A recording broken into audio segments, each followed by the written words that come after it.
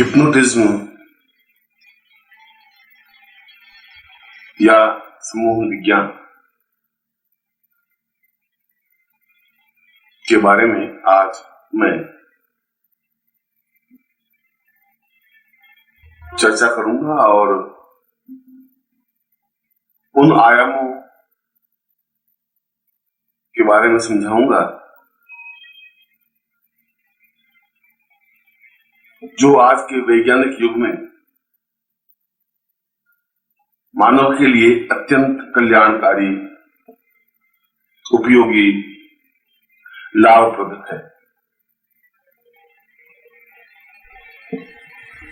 Hypnotism या सम्मोहन विज्ञान कोई धर्म या शास्त्र नहीं है, कोई वेद या उपनिषद नहीं है। यह तो शुद्ध विज्ञान और शुद्ध विज्ञान है।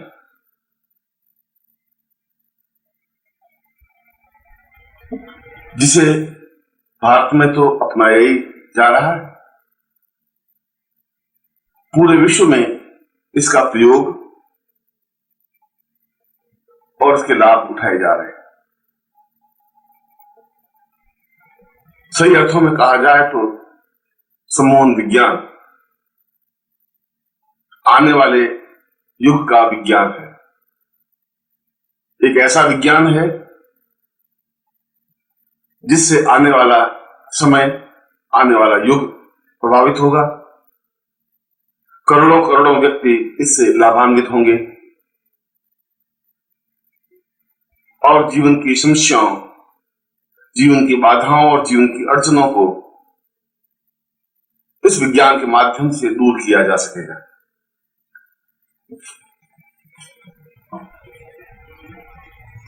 और यह एक ऐसा विज्ञान है जिसमें कुछ पढ़ने की जरूरत नहीं है, कुछ अध्ययन करने की जरूरत नहीं है। यह एक ऐसा विज्ञान है जो कम पढ़े लिखे या नहीं पढ़े लिखे व्यक्ति भी इसका लाभ उठा सकते हैं, इसका प्रयोग कर सकते हैं, दूसरों पर इसके प्रभाव को देख सकते हैं। आज विश्व में ऊंचे से ऊंचा वैज्ञानिक, ऊंचे से ऊंचा दार्शनिक, ऊंचे से ऊंचा विद्वान, राजनेता, अभिनेता, व्यापारी, व्यवसायी और मजदूर सभी इस विज्ञान से लाभ उठा रहे हैं और वे आश्चर्यचकित हैं इस विज्ञान के परिणामों से, क्योंकि इस विज्ञान की संभावनाएं अनंत हैं। इस विज्ञान के बारे में जितनी भी शोध हुई है,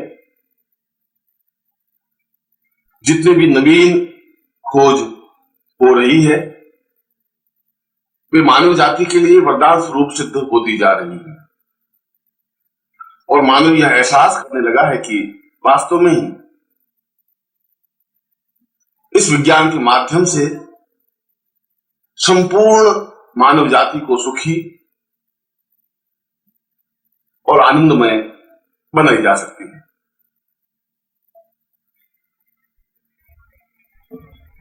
पहले तो यह कि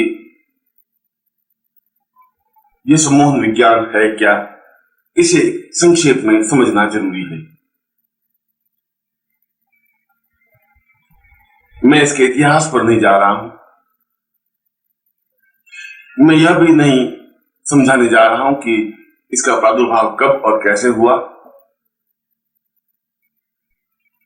मैं तो यह समझाने जा रहा हूं कि यह क्या है और इसका उपयोग किस प्रकार से किया जा सकता है। मैंने हजारों लाखों व्यक्तियों पर इस विज्ञान का प्रयोग किया है और इसके अत्यंत अनुकूल परिणाम प्राप्त हुए। 100% अनुकूलताएं इस विज्ञान के माध्यम से प्राप्त हुई हैं। जो गुत्थियां, जो समस्याएं अन्य किसी भी तरीके से हल नहीं हो पा रही थीं, उन समस्याओं और गुत्थियों को भी इस विज्ञान के माध्यम से हल करने का प्रयत्न किया है और सफलता पाई। मानव मन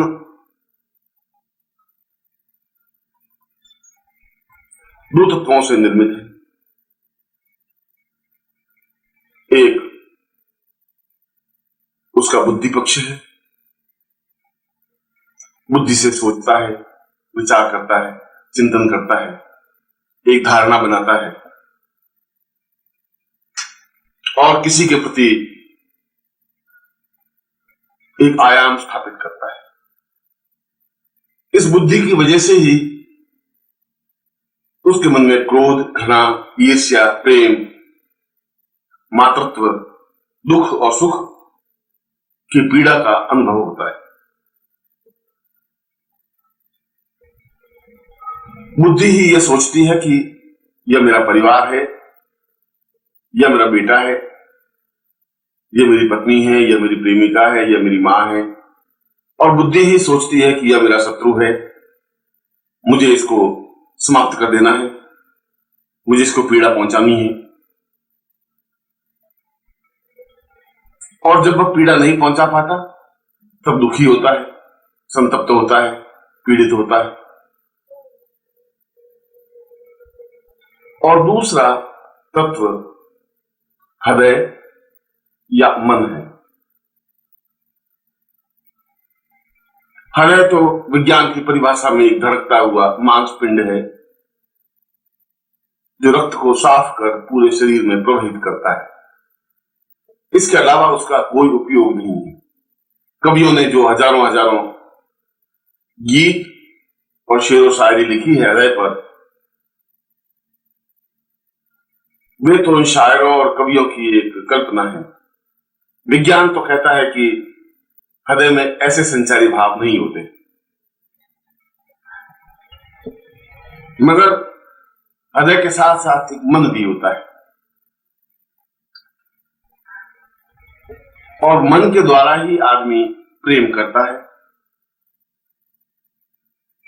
मन के द्वारा ही उसके मन में कुछ विचार घर कर जाते हैं जो वह सभ्यता की वजह से कह नहीं पाता। उदाहरण के लिए, यदि उसकी पत्नी से उसकी लड़ाई झगड़ा हो जाता है, मतभेद हो जाते हैं, तो वह समाज के सामने कुछ नहीं कहता, क्योंकि बुद्धि कहती है कि यदि तुमने समाज के सामने अपनी समस्या को या अपने इस नफरत को, पत्नी के प्रति घृणा को रखा तो समाज में बदनाम हो जाओगे।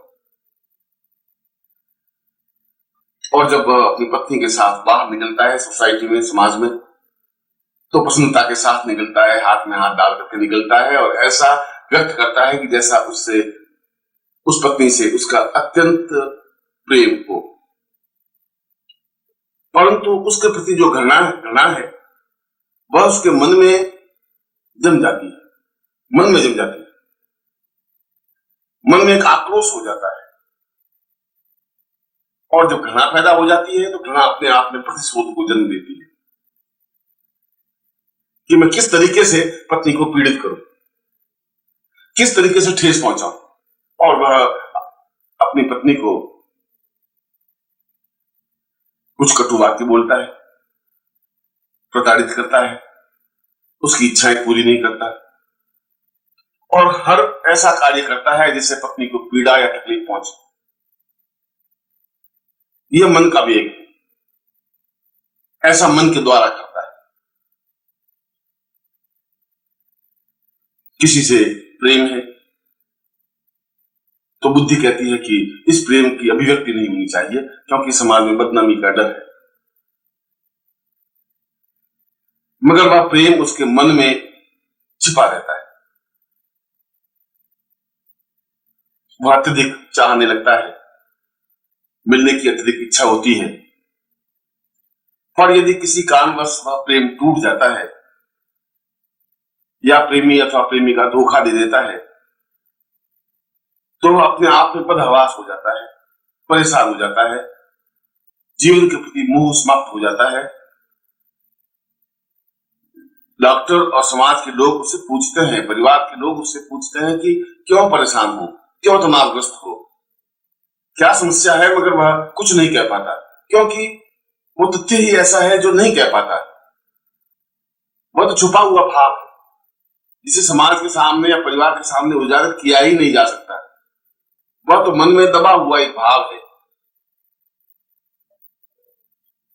और डॉक्टर परेशान होते हैं कि समस्या क्या है, इसको कोई बीमारी नहीं है।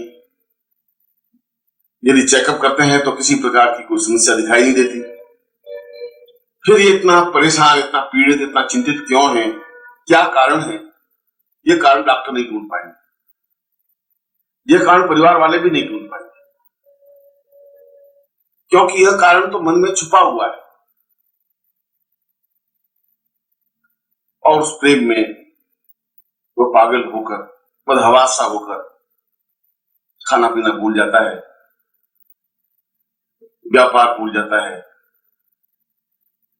कार्य भूल जाता है, परिवार के उत्तरदायित्व से अलग हट जाता है और धीरे धीरे अपने आप को मटिया मेट करने के लिए तैयार हो जाता है। और यदि समय पर इसका समाधान नहीं किया जाए तो आत्महत्या तक भी कर लेता है।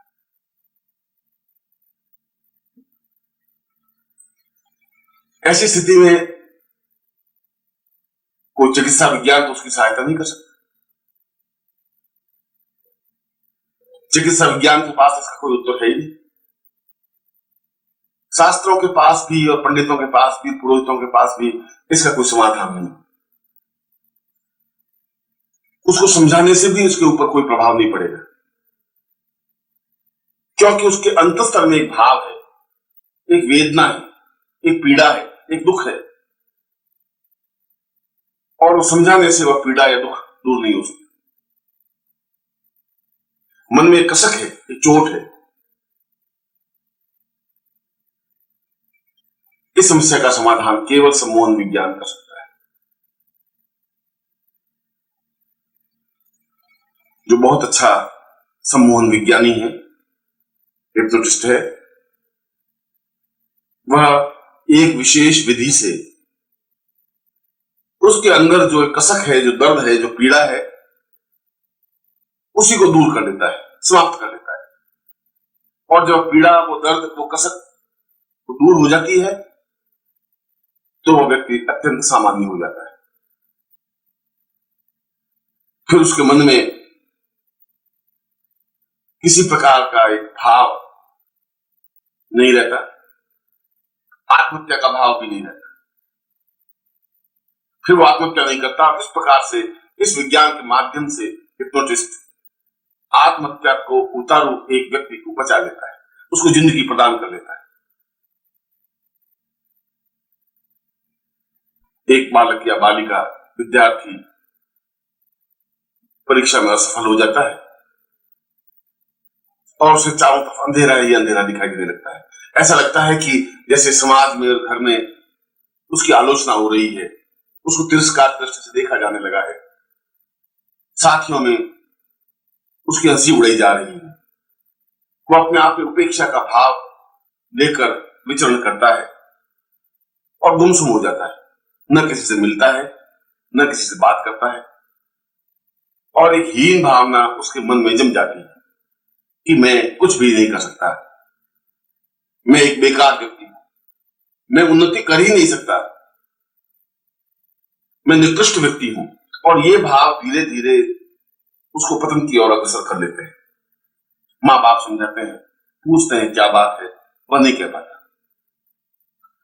संगी साथी पूछते हैं तो वह समझता है कि मेरा उपहास किया जा रहा है, उनको भी वह नहीं बताता। और ऐसी स्थिति भी आ जाती है कि वह विद्यार्थी आत्महत्या समाप्त हो जाता है अथवा पागल हो जाता है। इसी प्रकार घर में किसी प्रिय की मृत्यु हो जाती है तो एक शोकाकुल वातावरण बन जाता है। कल्पना करें कि एक नवविवाहिता पत्नी जिसकी शादी हुए अभी 1 साल भी नहीं हुआ है और किसी दुर्घटना में उसके पति की मृत्यु हो जाती है, तो पत्नी उस सदमे को नहीं झेल पाती, बदहवासी हो जाती है, चीत्कार करने लग जाती है और अधिकांश स्थिति में वह पागल हो जाती है। उसका दिमाग अस्त व्यस्त हो जाता है, अव्यवस्थित हो जाता है। ऐसी स्थिति में और कोई इलाज नहीं है। मस्तिष्क का इलाज करने वाले डॉक्टरों के पास इसका कोई उपाय नहीं है।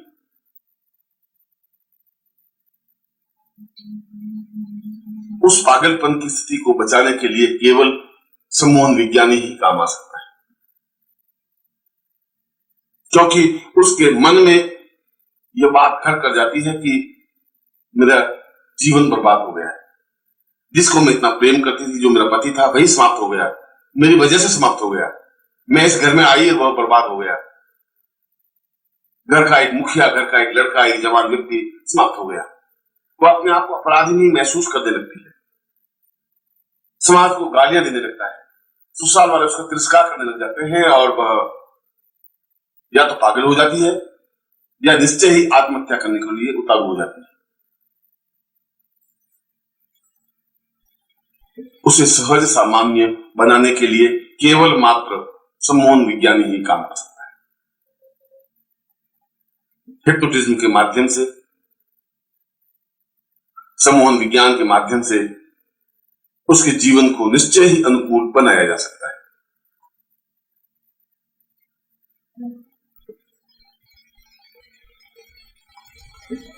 इसके अलावा भी जीवन के कई क्षेत्र हैं जहां सम्मोहन विज्ञान सहायता पहुंचाता है। कई व्यक्ति मानसिक ग्रंथियों से पीड़ित होते हैं। कुछ व्यक्ति, पुरुष या स्त्रियां ऐसे भी होते हैं जो हर समय भयभीत रहते हैं, डरे हुए रहते हैं, कोई तकलीफ नहीं हो जाए, कोई बीमारी नहीं आ जाए, किसी का एक्सीडेंट नहीं हो जाए, या मुझे कोई चाकू नहीं मार दे, या मुझे कोई रिवॉल्वर से समाप्त नहीं कर दे। और यह भय उसके मन में जम जाता है, हर समय भयभीत रहता है, उसके चेहरे पर एक मुड़नी छा जाती है, वह किसी कार्य को सही ढंग से कर ही नहीं पाता और धीरे धीरे उसका उत्साह, उसकी रुचि व्यापार से या नौकरी से समाप्त हो जाती है। धीरे धीरे वह कमजोर, दुखी और संतप्त दिखाई देने लगता है। भय से आक्रांत व्यक्ति और कर भी क्या सकता है, जबकि यह भय निर्मूल है, जबकि ऐसा संभव नहीं है, फिर भी यह एक प्रकार की बीमारी है।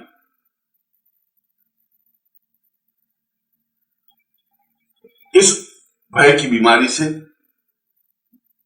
व्यक्ति को निजात सम्मोहन विज्ञान के माध्यम से दी जा सकती है। उसके मन से भय निकाला जा सकता है कि तुम्हें कोई गोली मार देगा या कोई चाकू मार देगा या कोई दुर्घटना हो जाएगी या तुम परेशानी फंस जाओगे। बिना भय के निर्भय उसे बनाया जा सकता है।